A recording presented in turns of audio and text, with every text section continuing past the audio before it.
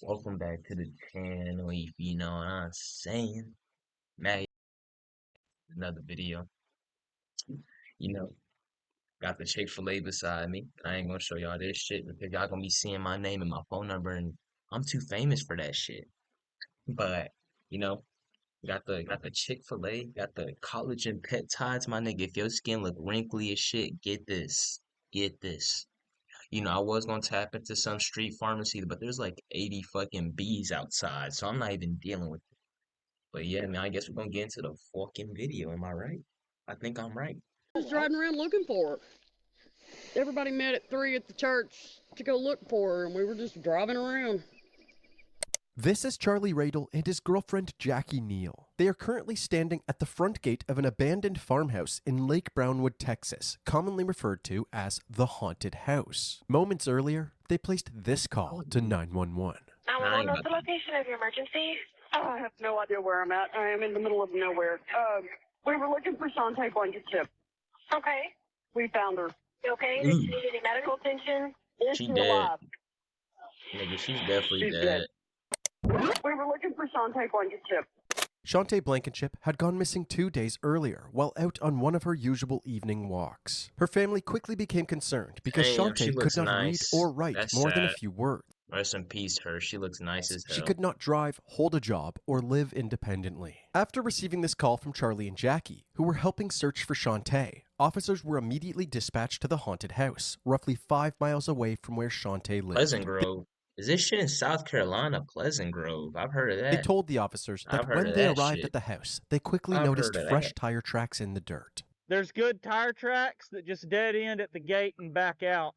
And then there's spin out marks. Like someone's been through it recently or something. The couple also noticed what appeared to be human hair stuck to the gate, so they decided to search the rest of the property. I walked around in the house. Uh-huh. I didn't see nothing in there and went to all the outbuildings. Yeah. Them I niggas was coming back, and that storm cellar there had a bunch of grass knocked down. So I run around and looked, and there she is. She's upside down in there. And she Damn. Damn. I got a dog that age. Shit, that shit must have been bad. Y'all want to have a seat in the truck so we don't make any more footprints than we've already got.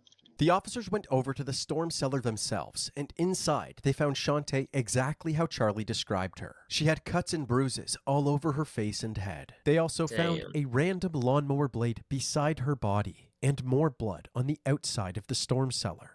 There's blood spatter on that brick, so you know she's bleeding good. It was clear that something horrific had happened to Shantae. The officers immediately secured the scene and performed a search of the property, starting right outside of the gate. In addition to the tire marks and the hair on the gate, there was also a trail of colorful bracelets scattered on the ground leading up to her body. This is why, bro, like, you can't be trusting shit in the fucking South, bro. It's just too much woods Shantae was out known here. to wear these bracelets on her arm, but it was not yet clear why or how they had come off. Leading up to the storm cellar, more hair was found. The hair was later confirmed as Shantae's. When the coroner examined her, they determined that the cause of death was blunt force trauma to the head, likely from the lawnmower blade found at the scene. They noticed that in addition to the cuts and bruises on her head and face, she also had bruises on her neck, arms, and legs. They also found male DNA on her body. But perhaps the most perplexing injuries were the jagged lines on her chest. No one had any idea what could have caused this type of injury. Since Shantae went missing on Friday the 13th, and her body was found at the haunted house, they wondered if whoever did this had a strange fixation with horror. While investigators continued processing the crime scene, officers went to the North Lake Church to inform the search party that the investigation was now a homicide. And this is the church, North Lake. Pastor? Damn, they all there. How are you? They know. Hey, folks, could you have your attention just a minute? If you believe you have information that will assist in this investigation, They don't even know, boy. I ask you don't discuss it with anybody else. I want your recollections to be your own. We'll be speaking to you as we get to you, all right? Several people at the church said that on the day Shantae went missing, they had seen Shantae's boyfriend John Adams pick her up at the Monte Carlo Cafe before they returned home together. John then left for work at about 6 p.m., the same time that Shantae went on her daily walk. She then met up with her friend Caitlin, and the two walked together for a couple of hours. Her grandpa called her right before we got to the end of the street, said, "Hey, it's getting dark." She was like, "It's okay. Papa, I'll be home soon. Caitlin said this phone call was around 8 p.m., which Shantae's grandfather later confirmed. She says, I'm walking. And that's all she said. And that's just about that. After the call, she and Caitlin said goodbye to each other and parted ways about half a mile from Shantae's house. She was laughing and just took off running. Down the road. Yeah, down the road. It seemed that Caitlin was the last person to have seen Shantae alive, so the detectives were initially suspicious of her. But by the end of the interview, it was clear that she played no part in the murder. However, she was able to give them another lead. She told me Colin told her to meet him in the shed behind his house that night. What the hell? And not to tell anybody.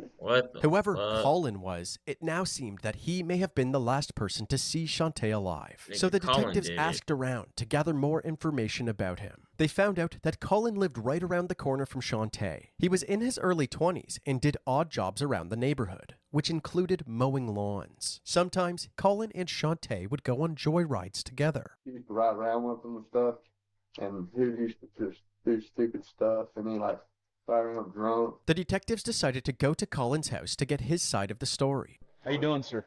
I'm Jason Shea. I'm with the Texas Rangers. What's your name? Colin. They asked Colin when he last saw Shantae, and he said that he saw her from afar as she passed through the neighborhood on her usual evening walk. But, probably around, the last time we seen her, it was around 6:37. They then asked if the two had any sort of romantic relationship. According to Colin, Shantae had unrequited love for him. I had to change my number because she would call it from 6:30 in the morning to midnight at night. Just call, hang up, call, hang up, call, hang up. Like a high school girl. Yeah. Did y'all have any type of physical relationship at all?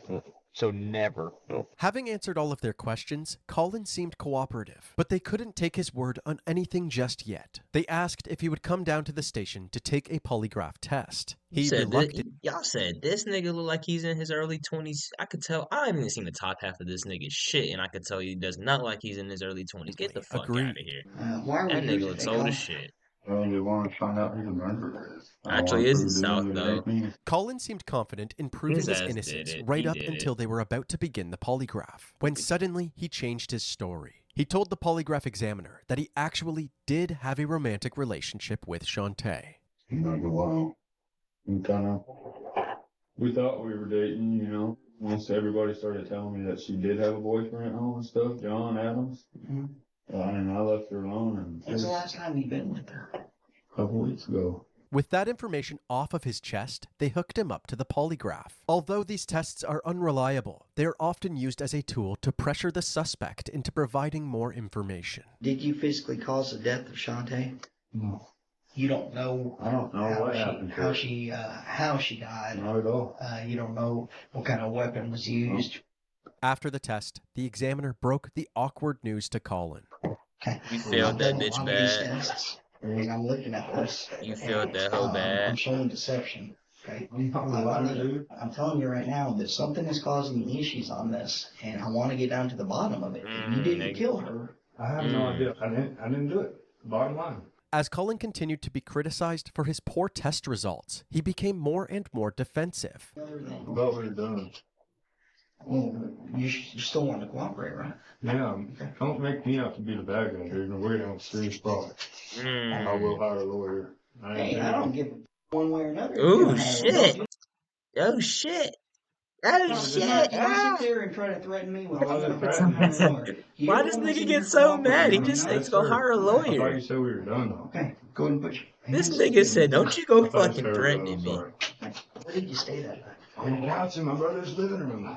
Fall asleep watching basketball game. Shortly after, the detective spoke with Colin's brother, and he, along with several other family members, confirmed Colin's alibi. This wasn't the strongest alibi, since all of the witnesses vouching for him were part of his family. But for now, they hit a dead end with Colin and decided to move on with their investigation. The detectives looked into several more persons of interest as well. including Charlie Radel and Jackie Neal, the ones who found Shantae's body. I thought they didn't wanted do to that know what shit, inclined though. this couple to go out into the middle of nowhere, That's 5 true. miles away from where That everybody is true. else Why the was fuck did searching, they go where to they a happened to random find ass this area? obscured abandoned house. So they invited them both to the station and interviewed Charlie first. Do you go by Charlie? Everybody don't go by Chap. Chap. Okay. CFTP. Apparently, Charlie had seen Shantae around noon on the day she disappeared. What the fuck is happening here, boy? What was wearing? A white shirt with kind of faded Daisy Duke shorts on. He told the detectives that when he and Jackie heard that Shantae was missing, they immediately hit the country roads to look for her. We said a prayer for Shantae. I mean, I'm gonna say it before they even get into these niggas. Honestly, like, I don't think these niggas are the ones that had killed her, but at the same time, though, why the fuck are you going to a random property, coordination, a random house to look for somebody, bro? And, like, you just mistakenly found that as that spot. Like, obviously, this is not 100% that they did this shit, but that is kind of suspicious, not gonna lie. Shantae's safe return. I was talking to the Lord, and I said, Lord, I hope she's okay, but if she's in a bad way, please. Man, here we go with that. I mean, I'm a Christian too, but man, fuck that shit, man. Let's not start that Southern Lord. Show me the fucking way. Because now I'm making it more seem like y'all got something to do. When I personally didn't think they had shit to do. Me and Jackie talked. We checked every ditch, every culvert. Man, that's a all little. the way around. I don't know. He then said that he had once heard about this haunted house from his kids and thought that perhaps Shantae had gone to explore it and something bad How would a happened. grown ass I walked woman over explore it though? to the galvanized gate, and I propped up on it from looking at that house. And Jackie, she comes up behind me. She pointed with her foot. She said, "What is that?" So I got down close to it and I grabbed it. I said, "Jackie, that's human hair." I shot through the fence and I went to the house. After Nigga, searching who is that? I don't know. Like, it's just like, I mean, like I said, living in the South, you do have a lot of niggas that do try to play Batman or Rick Grimes. That, but like, that's just some dumbass shit. I would think if you found some shit like that, you would immediately call the authorities. But we gonna see, bro. around the house, he noticed the storm cellar where he found her. Jackie asked me, she said, "Is she dead?" I said, "Yeah, she's dead." I said, she had y'all on the phone. Said, "You sure it's Shantae?" I said, "Yeah, it's her." Did you touch her? No, I didn't touch her. Why do you think somebody would kill her? If you hate constantly being swarmed by ads, you need to download Pi. It's a free Chrome extension that blocks ads on all. Fucking ad. I don't know. I can't imagine how anybody could do something like that. In an attempt to prove his innocence, Charlie volunteered to take a polygraph test. Did you participate in killing Shantae? Shantae, no. Shantae, no. Did you kill Shantae? No. No deception was detected in any of Charlie's answers, he must be and the right. detectives had no solid evidence pointing to him as a suspect. They came to the same conclusion during Jackie's interview as well. Their DNA was collected, and they were put on the back burner while the detectives waited for the results from the crime lab. In the meantime, investigators moved on to their next person of interest, Shantae's boyfriend, John. They wondered if John had found out about Shantae's alleged love affair with Colin and killed her to get revenge. 2 days after Shantae's body was found, John allowed the detectives to inspect his and Shantae's shared bedroom. Can we go inside? Yeah. You wanna? Is this where y'all live in here? Bro. Is there anything missing out of here? No. Can we have this This brush? is suspicious though, because why the fuck isn't the boyfriend giving a fuck like that? So she goes everywhere with her purse, but she just didn't have her purse today. After an uneventful search, they headed back outside and told John the main reason they were there, to investigate him as a person of interest. And normally, boyfriends are like going to be the number one suspect a lot of the times. And also a lot of the times when we do these, we do find another suspect. So when we do find the real killer, then, we could say, oh, we covered that base. John seemed completely understanding, and his level of cooperation was unaffected. He proceeded to take the detectives on a tour of the property to look for more clues. During this search, the detectives stumbled upon what appeared to be a lawnmower graveyard. Man, do you guys have a lawn care service? something. What is that on that hammer? Is that for What the pulling out fuck, nails nigga, or is that? something? Considering Shantae had been killed with a lawnmower blade, this greatly increased their suspicion of John. Lord have Following this mercy. search, he was asked to come to the station for an interview. Once he Lord have arrived, the mercy. detectives asked him if they could analyze his cell phone data, to which he happily agreed. So the last time He looks nervous as shit, though. John told the detectives that the last time he spoke to Shantae wasn't on the phone, it was in person. He gave them the same story that the other witnesses gave. He picked her up from the Monte Carlo cafe and drove her home. They both showered before he left for work at 6 p.m. So you left and she stayed there? Yeah. Is that what time you have to How are you not fucked up that your partner died, though, got brutally murdered? I'd be fucked up over that shit, boy. You're supposed to go work at 9. The fuck? Yeah, no, I feel like This was later confirmed by the security cameras at John's work, along with the timesheets that indicated when he clocked in and out. After his overnight shift, he returned home at about 5 a.m., but Shantae was nowhere to be found. That's when you discovered she wasn't there. Yeah, I went and called her in. Did you start calling her phone?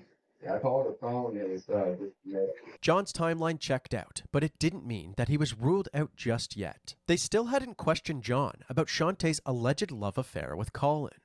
Yeah, you had a girlfriend? Huh? You have another girlfriend? No. You want to go to the top thing that you know? I'm a faithful man. Hell yeah, brother. Did she ever tell you Hell that yeah. She's been sexually intimate with anybody else? I never said anything about that. Oh, Lord. Oh, Lord.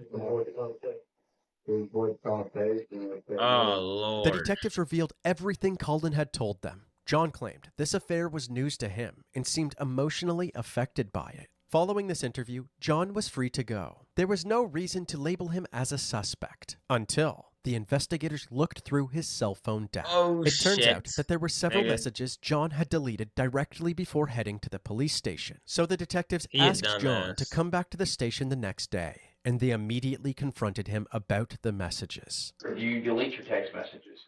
Yeah. Okay. And apparently you deleted some yesterday before you showed up. That was way early. No, that's not what these text messages that you deleted. And you know what Oh, I'm talking Lord, about, nigga, you because thought she even was told straight. somebody, hey, my phone's clean. Eventually, John gave another explanation for the deleted messages. I smoke weed and I just don't want that. That's the only thing that would be in there. Apparently, John deleted some incriminating messages between him and his dealer. The detectives weren't buying it, so they applied more pressure, trying hope to his get ass John is to right. confess. However, just like last time, they had no choice but to let him go. And after looking further into the deleted text messages, it turns out John was telling the truth. But the Damn. detectives weren't done with him just yet. Damn, they about to get my nigga more for smoking weed. No. No. They reached out to John and He might have Shantae's did this inner shit, circle to see what dirt they could dig up. Apparently, John's jealousy had affected the relationship on more than one occasion. For example, one of Shantae's friends, Bitsy Hobbs, was able to recall overhearing a fight between the couple. You said I'm your boyfriend, and I have a right. Oh, yeah, whoa. You moved up. You do not have control over me. I'll Ah, see damn, he was whoever I trying to want control his girl. You have no control over me. You cannot tell me what to do. Well, went on cussing. This is why, bro, like, I'm be honest with y'all niggas. Some of y'all niggas, bro, y'all be trying to get so fucked up when y'all's significant other, talks about, I can't even entertain that shit. You gotta immediately leave. Because whether they say they not, or whatever they say, they're physically gonna do it. They can say whatever, but they're physically gonna go fuck that other nigga. They're physically gonna go fuck that other bitch. Don't be like this nigga, bro, because I don't know where this shit's headed to, but honestly, you know how that shit goes when niggas talk about somebody controlling. You know, with the controlling person, they usually have the tendency to put their hands on their significant other because they feel like they have that much control. But don't end up like these niggas, bro. Mm-hmm. Those who were close to John also said that around the time of Shantae's murder, he seemed to believe that the relationship was a lost cause and expected it to end sometime soon. But this new information still Yeah, so wasn't he enough didn't to seem obtain a like- confession. So they That's just weird, interviewed though. He John said 2 nothing more was wrong. times, and each time he maintained that while his relationship wasn't perfect, he would never lay a hand on her. Once again, this lead fizzled out and was put on the back burner while they awaited DNA results. During their initial interviews with members of the church, some people said that they saw a red and white Ford Bronco driving around the area Shante disappeared. After searching the database and asking around, they found a young man that drove this vehicle, the only one in town with a red and white Bronco. His name was Bobby Souza, a so-called party animal. While stopping by his residence, Bobby let the detectives search his house, shed, and trailer for evidence, but they didn't find anything. He also agreed to come down to the station for an interview. I understand you guys gotta do your job. Bobby said that he drove by Shante while driving around that night, but had nothing to do with her disappearance. If you did have something to do with this, you need to let me know now. I would have told you day one.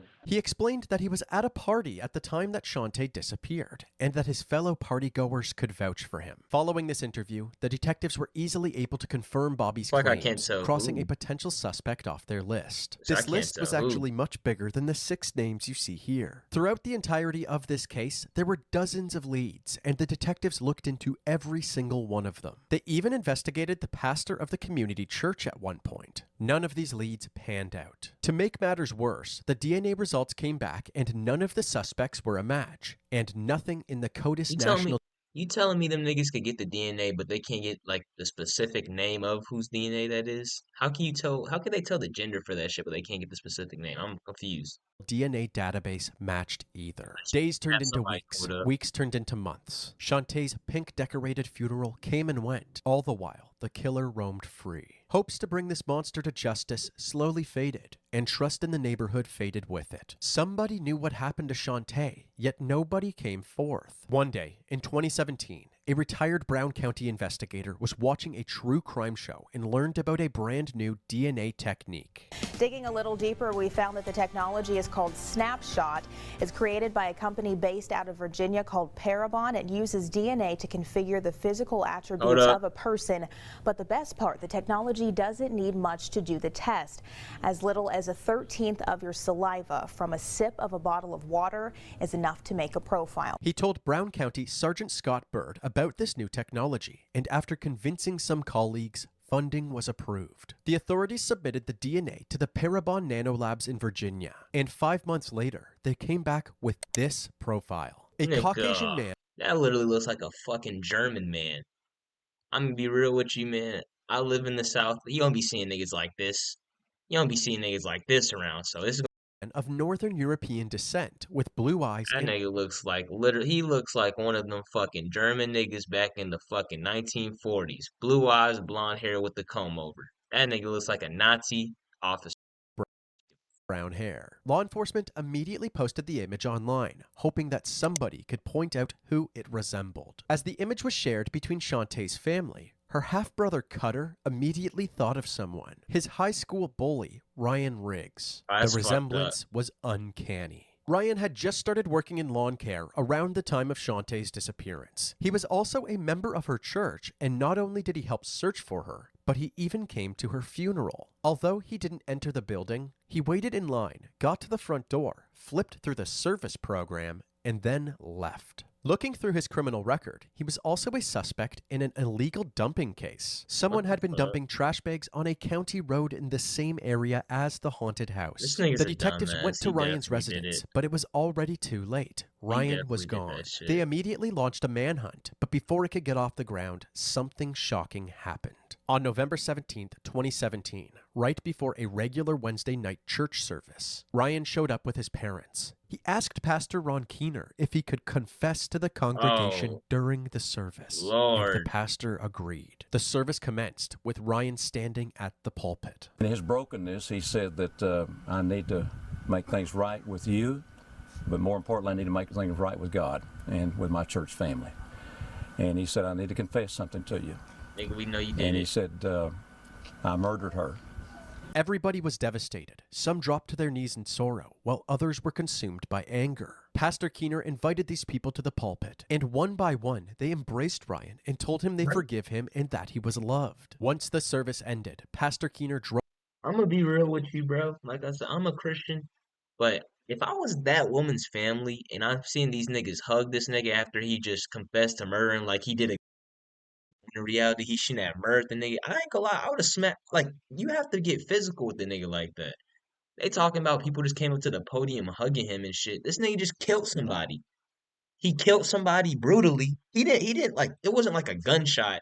It wasn't like he accidentally shot up in the sky and that shit just accidentally hit her. This nigga beat her and left her there. Why are these niggas hugging him?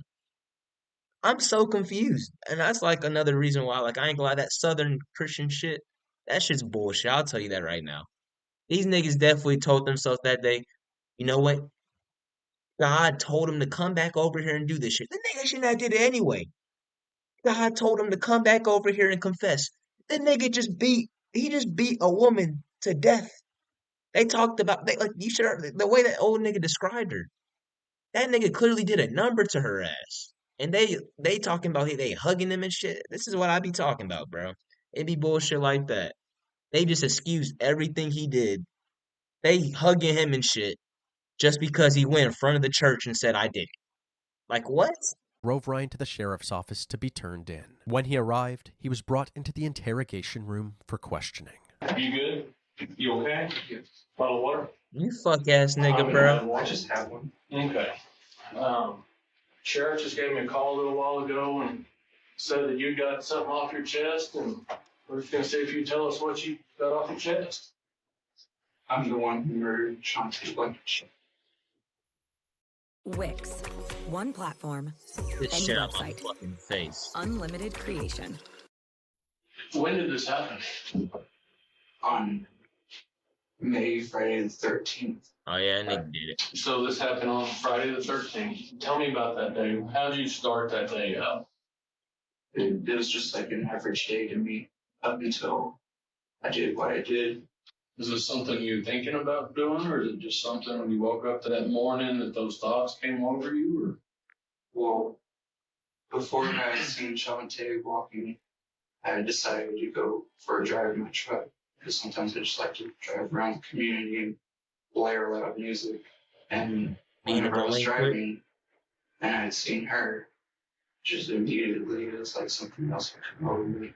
Oh, Jesus. So she just happened to be in the wrong spot. You think it's just you saw her and knew her and thought, this is somebody that'll work for this? Do you know? It's like I didn't have any thought process at all. He just killed that. He killed her for no reason. Basically, this nigga is a devil spawn.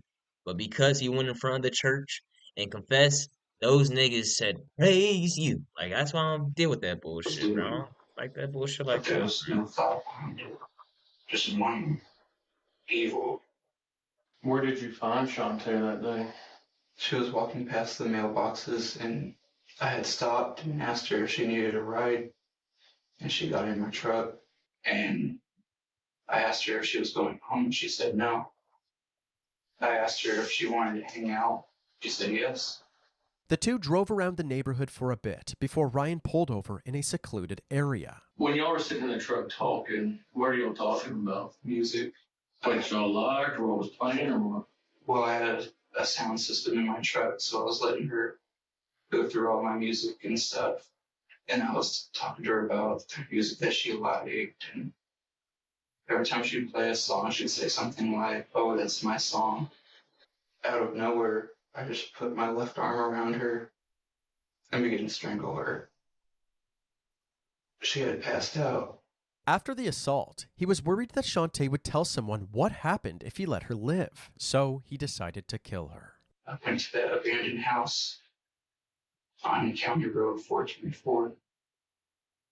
And I dragged her body out of my truck. Then I threw her over that fence. Then climbed over the fence and dragged her to But she was beat the fuck up. Where I put her. No. Nigga, I went back to my truck. Oh, wait, never mind. Oh, never mind. Oh my God, nigga. And I went back to where she was.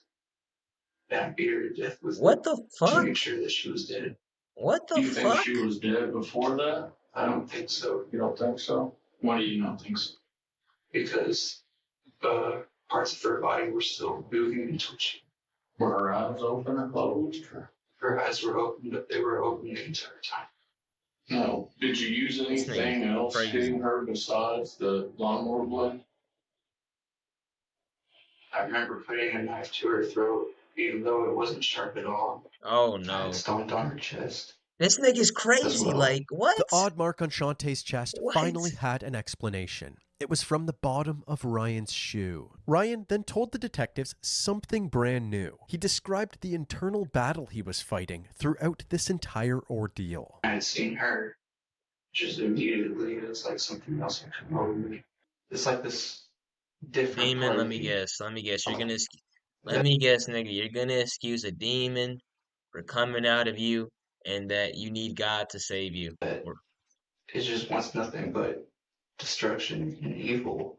It wanted to kill somebody. And whenever I saw her that day, it took over. What is it? Your destructive side, is that what you're talking about? The only thing I can think of what it might be is Satan. Hey, what I say, nigga? What I say? Ryan is essentially saying that he was possessed by an evil entity, No, you're just and a that crazy entity bastard. killed Shantae. You're just He a was crazy just the bastard. vessel. But this is complete nonsense. What about the 18 months following Shantae's murder? Why didn't he turn himself into the police when he wasn't possessed? It's more likely that this was a tactic to garner sympathy while offloading any responsibility. How did you know Shantae? Well, she was widely known in that community, so everyone knows everyone out there. Sometimes I feel like that she liked me and she was always trying to flirt. Didn't want anything to And this do nigga with kill it. her. When You you did say nothing. she would flirt with you, what would she do? She would just joke and just talk and laugh. Right. Nigga, what? But I would just block her out as soon as she wasn't there. I think whatever came over me knew that she was an easy target. You think that's because she was a small girl or because she had the mental problems or both? Had you ever had those type of thoughts about anybody before? Not anyone specific, but wanting to do that to a person, yes. How long have you been having those thoughts before this happened? I've always had these thoughts. Well, he's just a crazy We used to southern have a chihuahua. Ryan Oh, went on to shit. describe Never how mind, he he would must torment be- his family dog, but would stop once he realized what he was doing. Your parents never saw you do it? No, I always made sure to do it whenever they were away. This nigga was on some crazy shit, You could clearly. say something right now to Shantae. What would you say? That I'm sorry that I did what I No, did. his ass ain't. And whatever I have coming towards me, I deserve. The interview was wrapped up, and Ryan was charged with capital murder. Why did it take you a year and a half to confess, Mr. Riggs? Why did it take you 18 months to confess? On my faith. In response to these charges, Shantae's mother Michelle and her stepfather Stephen released a video on social media expressing their gratitude. Hey everyone. I don't know if everybody knows, but we caught him. We got him tonight for a capital murder trial. God has blessed us with him. And it breaks my heart because this man went to church with her and he's just a kid himself. But I wanted everyone to know that we appreciate everything y'all have done. And However, Shantae's family ultimately didn't want to pursue the death penalty, as they believed being in prison for the rest of his life would be a harsher punishment. So the state offered Ryan a plea deal, which he accepted. 21-year-old Ryan Riggs is sentenced to life without parole after pleading guilty to capital murder in the killing of Rhonda Shantae Blankenship. Ryan Riggs is now 28 years old and is serving his sentence at the All Red Unit in Iowa Park, Texas. Wait. Shit, we still got a whole minute. These niggas gonna talk about, man. I shouldn't be shocked that he did this, and we saw that troubled look in his eyes that's always been there until last Wednesday night. And he got mixed up in that experience out there at the juvenile detention center. I don't know if it's surfaced in y'all's records, but he stole a gun, and all of that mess. And that was right before his 16th birthday. You could just see where he was headed. That's what hurts me, is that why I didn't pick up on that way back in May of 2016 is thinking, I wonder if Ryan did that. I should have kicked that nigga out the church. But he's been a troubled child from day one. I replayed that in my mind. I didn't get that. I mean, right there at the search that Sunday afternoon, on the 15th, he was there. He was there at her service. He was there in front of us the whole time. Yeah. We just never knew who he was. The only thing I could really give like props to is the fact that that nigga did fess up and take his shit in like a man because gosh, because from what it sounds like, honestly, 18 months of not finding it, they were never gonna find that nigga until a while. I feel like I know they did have that DNA shit, but like I feel like for something like that, you could easily just say I look like somebody, but like that's the only shit I give him. He's still a crazy ass nigga, and I still don't fuck with how these niggas tried to hug him when he confessed because, like I said, this nigga, like they said in the video, he beat her bad. They were talking about how she looked crazy after that shit. But I hope y'all enjoyed the video. Y'all have a great Tuesday, and man, well, actually, it's Tuesday for me. I don't even know when I'm gonna post this video, but it's gonna get posted. Y'all have a great day. But man, yeah, just out.